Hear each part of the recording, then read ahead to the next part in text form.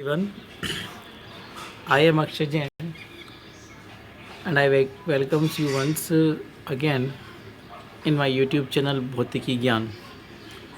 So as you know that हम लोगों ने बीएससी सेकंड सेम के स्टूडेंट्स के लिए जो सुबोध के हैं तो SS Jain Subodh PG college के स्टूडेंट्स के लिए मैंने ये वीडियो सीरीज चलाई हुई है जिसमें मैं आपको यूनिट नंबर 4 पूरी पढ़ाऊँगा.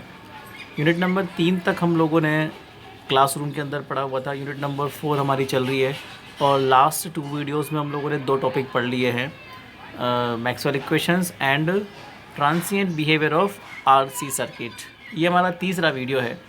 तो ईएमटी का पेपर हम लोग पढ़ रहे हैं जो आपका यूनिट नंबर सेकंड सेम का सेकंड पेपर है ईएमटी का. सो ये वीडियो उसी सीरीज में रहेगा आपका. तो transient behaviour of LR circuit आज हम पढ़ेंगे. ये ठीक वैसा ही है जैसा आपका आरसी सर्किट का है. ट्रांसिएंट बिहेवियर मतलब कि अगर सर्किट के अंदर जो करंट है वो टाइम के रेस्पेक्ट में वेरी करेगी तो उसे हम बोलते हैं ट्रांसिएंट बिहेवियर. बाकी आपको ज़्यादा कुछ जानने की ज़रूरत नहीं है बिकॉज आपको डिटेल्ड में लास्ट वीडियो में बता चुका हूँ. तो इस वीडियो में ज़्यादा कुछ होगा नहीं आपके लिए. सिमिलर वे में रहेगा जैसा आपका सी था वैसा आपका आर है. सी और आर मतलब capacitor inductance same behaviour show करते हैं. इनके पास रिएक्टेंस होती है.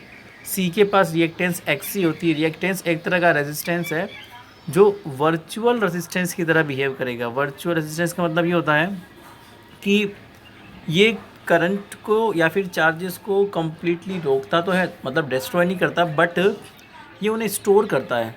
ये उन्हें स्टोर करता है लाइक आयोटा ओमेगा सी हम इसे बोलते हैं. तो ये चार्जेस को स्टोर करता है. और एक्सेल बराबर क्या होता है 1 आयोटा ओमेगा एल. तो दोनों ही फिनोमिना एक जैसे होते हैं. एक्सेल और एक्सी एक जैसे फिनोमिना होते हैं.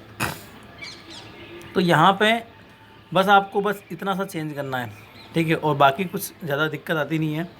और जैसे कैपेसिटर के अंदर वोल्टेज क्या होती है, Q बराबर होता है CV. तो वोल्टेज बराबर क्या होती है Q/C होता है. ठीक उसी प्रकार से इंडक्टेंस जो होती है, इंडक्टेंस के अंदर वोल्टेज बराबर क्या होती है DI/dt multiply with the L. बस इतना आपको चेंज करना है. बाकी पूरा का पूरा डेरिवेशन वही का वही रहेगा.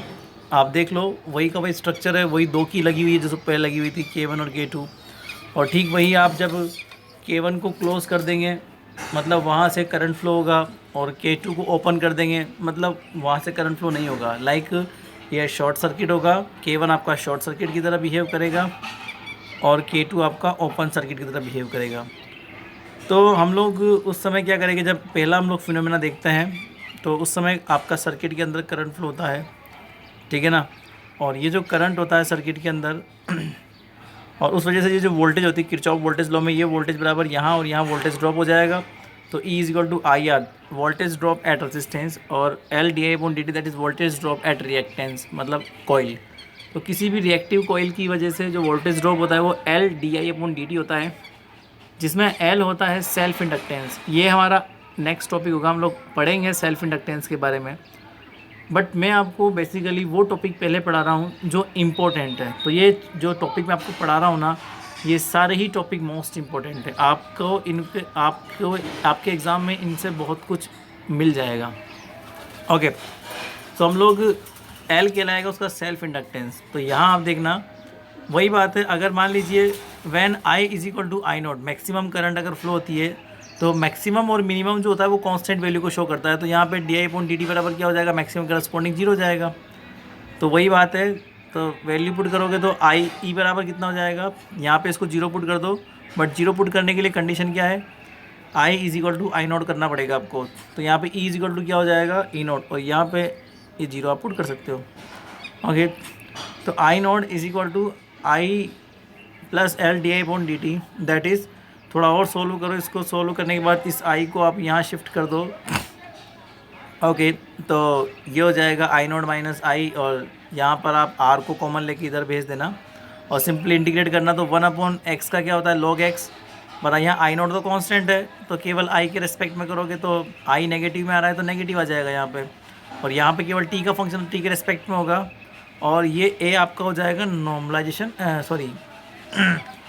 Integration constant. इसकी वैल्यू निकालनी है आपको. तो इनिशियली देखना पड़ेगा T = 0 मतलब कि जब आपका इनिशियल था सर्किट में कोई करंट नहीं थी, टाइम के बढ़ने के साथ साथ करंट की वैल्यू बढ़ रही है। तो यहाँ पे हम लोग ये मान लेते हैं कि आई बराबर 0 इनिशियली, तो इसको यहाँ पुट कर देना, तो ये आई 0 जाएगा, तो ए बराबर क्या हो जाएगा माइनस का ln आई नॉट। इसको वहाँ पुट कर देंगे ऊपर इस वैल्यू को, तो इस वैल्यू को आप यहाँ पुट कर देना इजीली। यहाँ पुट करते ही आपका सिंपली सॉल्व कर लो, लॉग को इधर भेज दो। लास्ट टाइम जो हमने किया था, लास्ट वीडियो में डेरिवेशन किया था, वही लॉग की प्रॉपर्टी लगा देना, लॉग ए माइनस लॉग बी बराबर क्या होता है लॉग ए अपॉन बी। और फिर इसका एंटी लॉग लेने से पहले एंटी लॉग ले लेना, तो एंटी लॉग लेते क्या हो जाएगा कि I naught upon I naught minus I is equal to exponential minus plus R T upon L. आपको आई नोड की वैल्यू थोड़ा इसको सॉल्व करना पड़ेगा, तो इसको ऊपर ले लो, मतलब इसको इन्वर्स कर दो, तो इन्वर्स करते ही एक्सपोनेंशियल की पावर में इन्वर्स हो जाएगा। और इसको सॉल्व कर लो, I naught upon I naught upon I मतलब I naught upon I naught मतलब 1 minus I upon I naught. Shift कर दो इसको, सिंपल कैलकुलेशन, तो ये इक्वेशन आ जाएगी। तो ये ठीक उसी प्रकार की इक्वेशन जो हमने कल निकाली थी डिस्चार्जिंग के टाइम पे। तो चार्जिंग के टाइम पे जिस तरह से हमने इक्वेशन निकाली थी ना, ठीक उसी प्रकार की इक्वेशन है।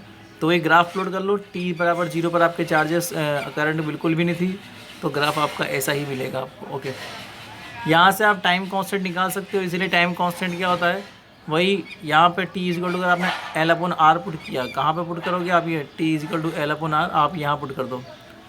तो अगर आपने t equal to L upon R put कर दिया, तो यहाँ पे एक्सपोनेंशियल की पावर -1 हो जाएगी। ओके, फिर सोल्व करोगे जैसे अपन ने कल किया था सोल्व, तो सोल्व करके आपको मिल जाएगा i equal to 0.63 I naught. Definition वही मिल जाएगी, time constant is that time at which current become 63% of its maximum values. ठीक वैसा ही डेरिवेशन है आपका। फिर करंट डी अगर आपको निकालना है, अब उल्टा कर दो, अब K1 को कर दो ओपन और K2 को शॉर्ट सर्किट कर दो, ठीक है ना, मतलब K2 को क्लोज कर दो और K1 को ओपन कर दो। तो यहाँ पे आई ये सिंपल सा आपका किरचॉफ लॉ से हो जाएगा, और L D I upon D T बराबर क्या हो जाएगा माइनस का I R, that is D I upon आई, और सिंपल इसको सॉल्व कर लेना। तो एल आई बराबर कितना हो जाएगा माइनस आर अपॉन एल, और सिंपली इसको इंटीग्रेशन सॉल्व कर लो, बाउंड्री कंडीशन लगा दो, कोई बड़ी बात नहीं है, वही के वही सेम डेरिवेशन जो अपन ने कल किया था। इनिशियली आपकी मैक्सिमम करंट है। अब सुनो, इनिशियली मैक्सिमम क्यों है करंट, क्योंकि अब आपका वो एक तरह से मान लीजिए इंडक्टिव कोयल के अंदर जितनी करंट आनी थी वो आ गई, अब वो करंट को अपने अंदर से बाहर निकालेगा। तो जब करंट डिक्रीज़ होगा या फिर करंट का डिके होगा, तो डिके तब स्टार्ट होगा जब करंट की वैल्यू मैक्सिमम होगी। इसका मतलब शुरू में करंट की वैल्यू मैक्सिमम है, देन उसके बाद वो डिके होना स्टार्ट हो रहा है।